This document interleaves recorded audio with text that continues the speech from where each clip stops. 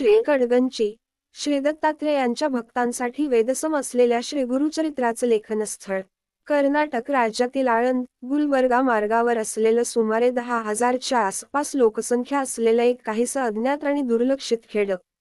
श्री दत्तात्रेय संप्रदायात वेदतुल्य असलेल्या श्री गुरुचरित्र या श्री दत्तप्रभूंच्या दिव्य अवताराच, ज्यांना भक्तगण त्यादरानं श्री गुरु म्हणतात, अर्थात श्री नृसिंह सरस्वती स्वामी महाराजांचं अलौकिक चरित्र वर्णन करणार दैवी ग्रंथाचं लेखनस्थान असल्याने या परमपावन स्थानी प्रत्येक दत्तभक्तानं माथा टेकवण्यासाठी आवर्जून जायला हवं.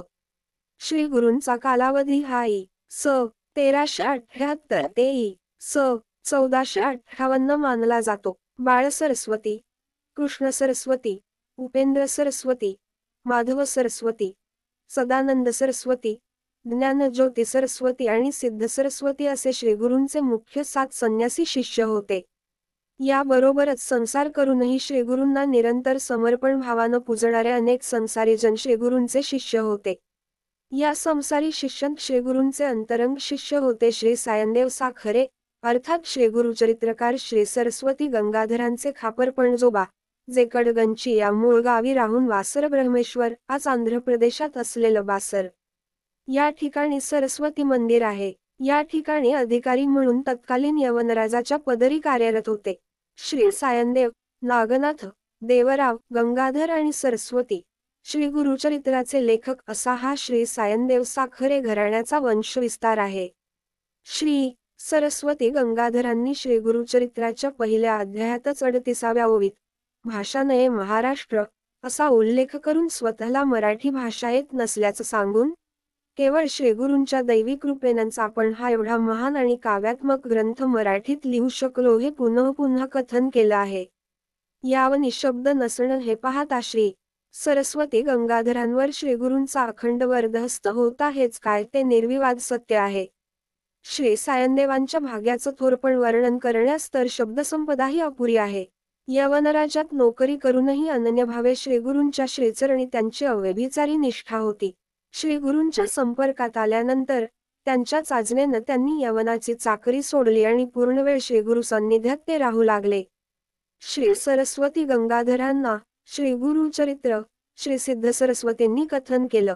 हेच श्री सिद्ध सरस्वती आपण श्रीगुरूंच्या प्रमुख 7 संन्यासी शिष्यांपैकी एक असल्याचं 13 अध्यायातील 20व्या ओवीत सांगतात.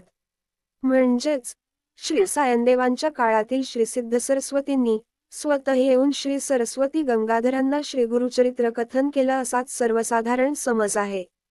परंतु यात दडलेला गूढार्थ पुढीलप्रमाणे आहे. 100 वर्षांत साधारणतः 4 पिढ्या होऊन जातात.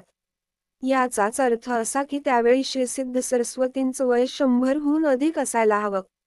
मात्र अवतरणिका या नामाभिधानानं प्रसिद्ध झालेल्या 52व्या अध्यायातील 105वी ओवी आपण आपली दावणी खुणा गुरुशिष्य रूपे क्रेडसी याचा सखोल विचार केल्यास श्रीगुरूंनीच आपलं तत्कालीन अवतारकार्य समाप्तीसाठी कर्दळीवनात अंतर्धान पावल्यानंतर 100 वर्षांनी पुन्हा श्री सिद्ध सरस्वतींच्या रूपात येऊन आपले परमशिष्य असलेल्या श्री सायनदेवांचे खापरपणतू श्री सरस्वती गंगाधरांना श्री गुरुचरित्र कथन केलं. श्री सायनदेव आपल्याच घराण्यात श्री सरस्वती गंगाधर या रूपानं पुनर्जन्म घेऊन आले आणि त्यांना स्वयं भगवान श्री दत्तात्रेयांनी श्री गुरु श्री नृसिंह सरस्वतींनी श्री सिद्ध सरस्वतींच्या रूपात श्री गुरुचरित्र कथन केलं असं मानलं जातं.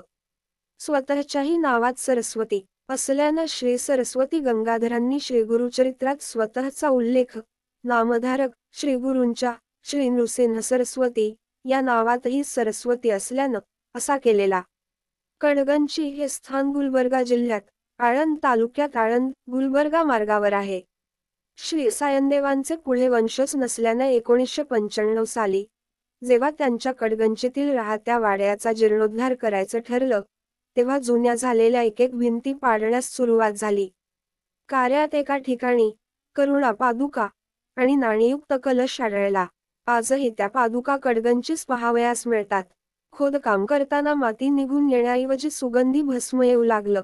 त्याचा परिमल मैलोन्ह मैल पसरला होता. पुढील भागात लाईक करा, सबस्क्राईब करा.